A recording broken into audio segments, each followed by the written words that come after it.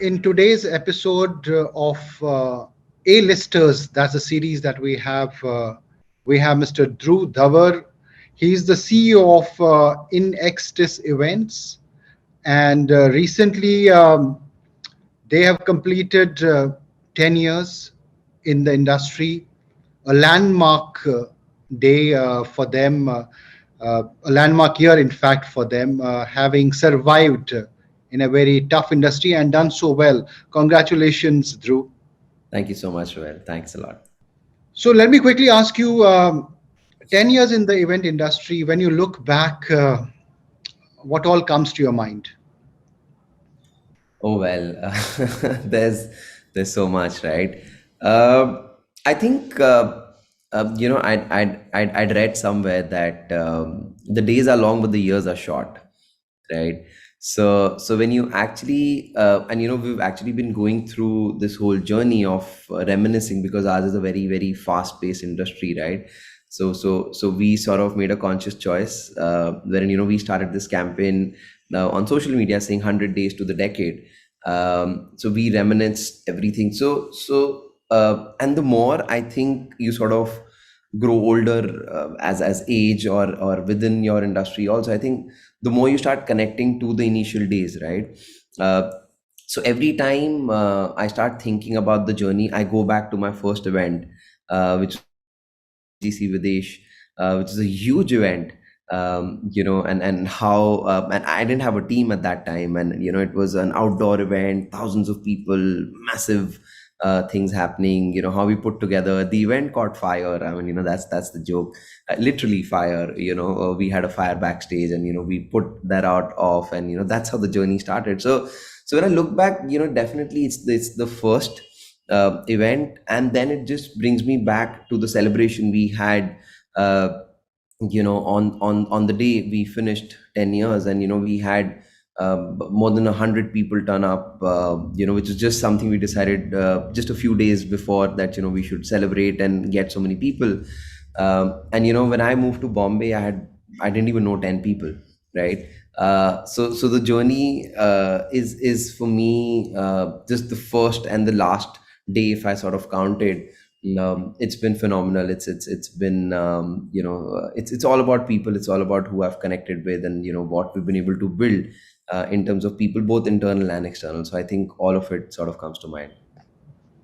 Yeah, absolutely, and that's means to know that you started with an event, that literally had this kind of a challenge, but despite that, Yeah. the event was successful. When you look at the event industry overall, what has changed? We saw, of course, what COVID did. We went to event tech. In fact, you played a very big role. But overall, if you look at the dynamics of the event industry, what has changed overall from an industry perspective? So I think we're getting more and more organized. I think technology is coming in a big way. Clients are looking differently. We are no more taken for granted as far as the corporate world and a lot of that is concerned.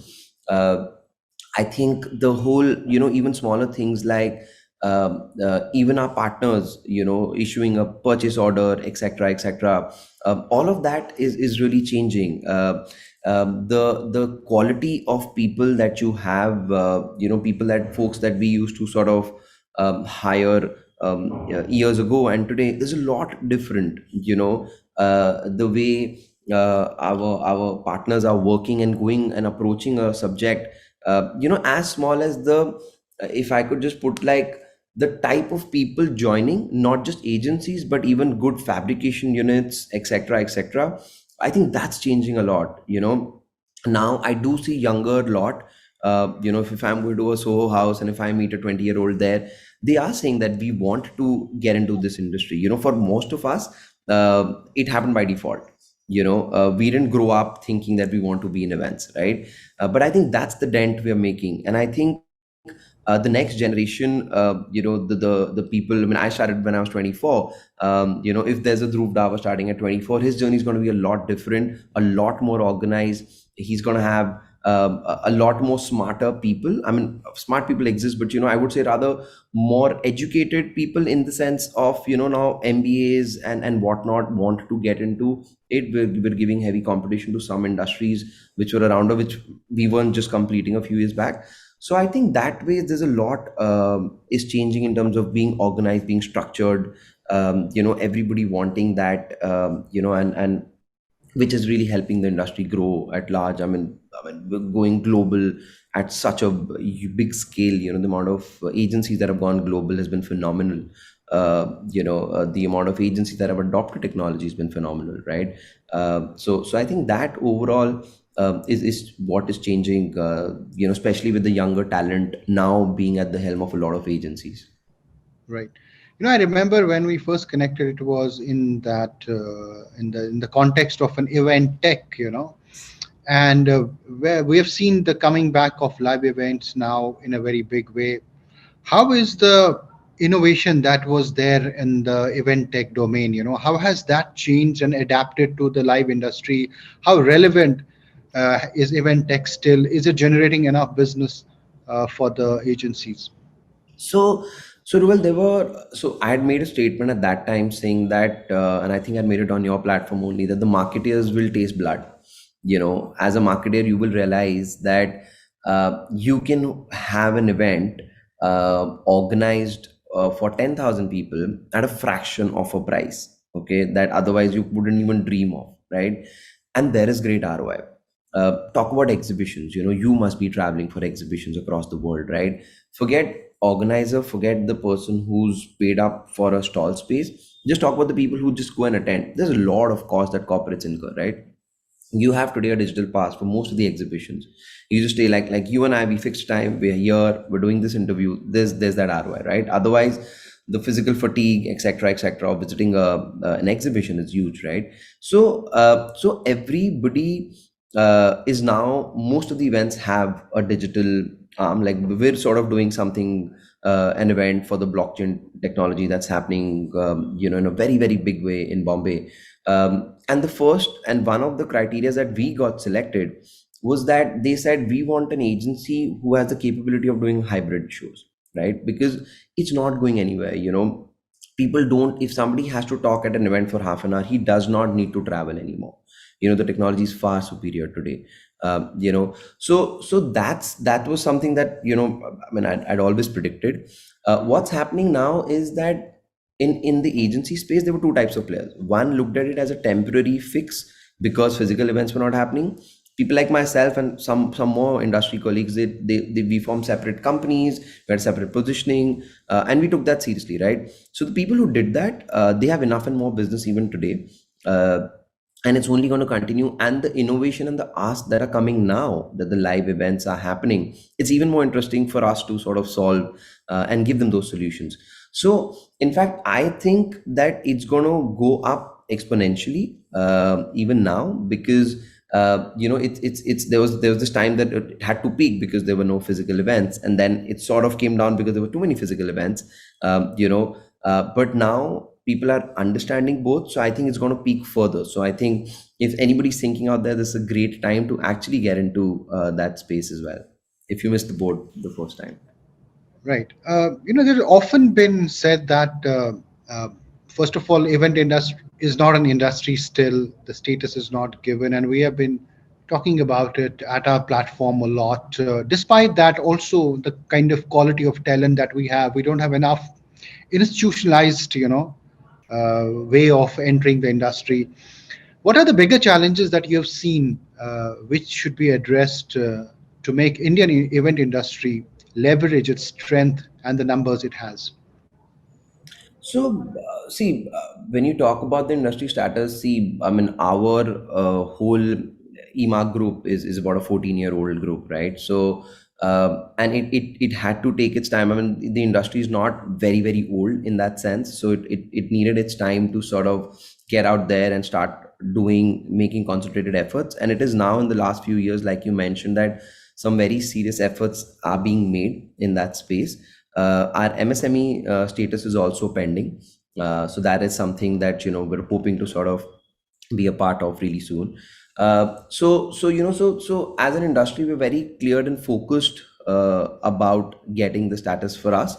I think some of the challenges in general, I would say, in a country like India, is infrastructure. I mean, it's a huge challenge to sort of host certain scale of events. When you have infrastructure challenges that we do have, right? The other thing that as an industry, I think we have started doing that we need to make more noise about it, which is what I was telling you earlier, that attracting younger talent, from better colleges, because the pay scales have improved massively, Ruel. Like, I mean, the kind of monies that you make, with a similar experience at corporate, if you're really good at your job, is sometimes really beating even corporates also, right? So with all of that going, I think it's just, I mean, and especially after COVID and everybody seeing the industry surviving, the last census that we had, and we had done as an industry a report wherein we had about 20 lakh people that are employed directly, indirectly into the industry, right? Especially, the weddings have become such a big thing in the last 8 to 10 years, right? They weren't that big. So I think it's just, and after surviving COVID, I think the government will have no option but to sort of do it sooner or later, and hopefully sooner. And I think that's really going to be a big push for us as an industry. Right. I have two more questions. One is, in terms of we see the business environment around, it's companies are laying off people, marketing spends are, it's said that companies are cutting on the marketing spends.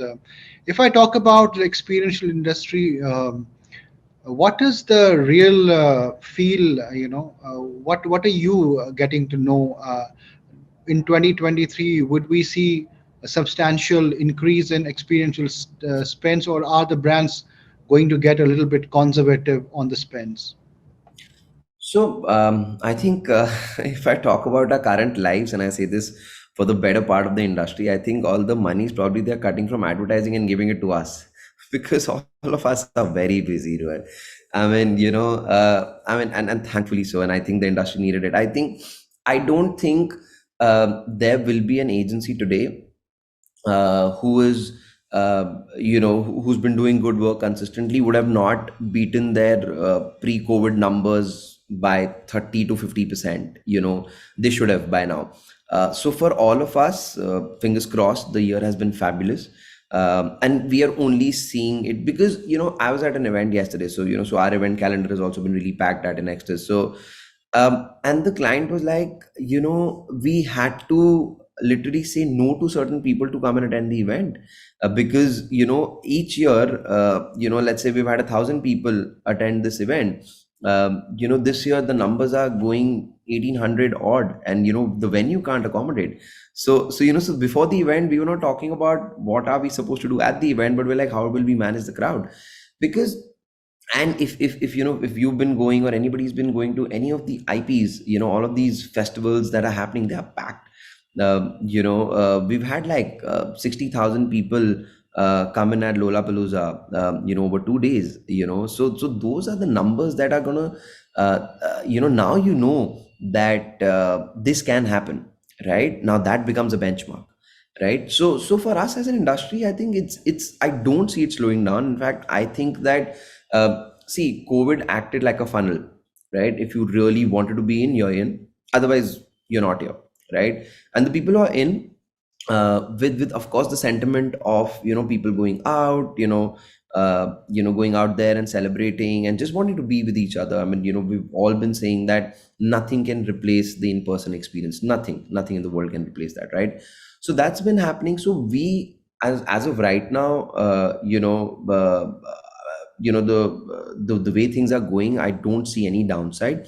And I talk about at least this next 6 months to a year, if I may say, because the kind of queries we have even for the next financial year, it's and a lot of agencies that I know are only hiring right now.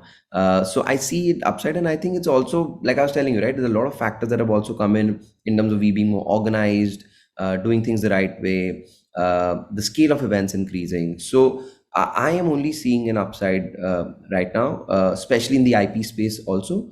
So that's going to be a big boom for us as an industry. All right.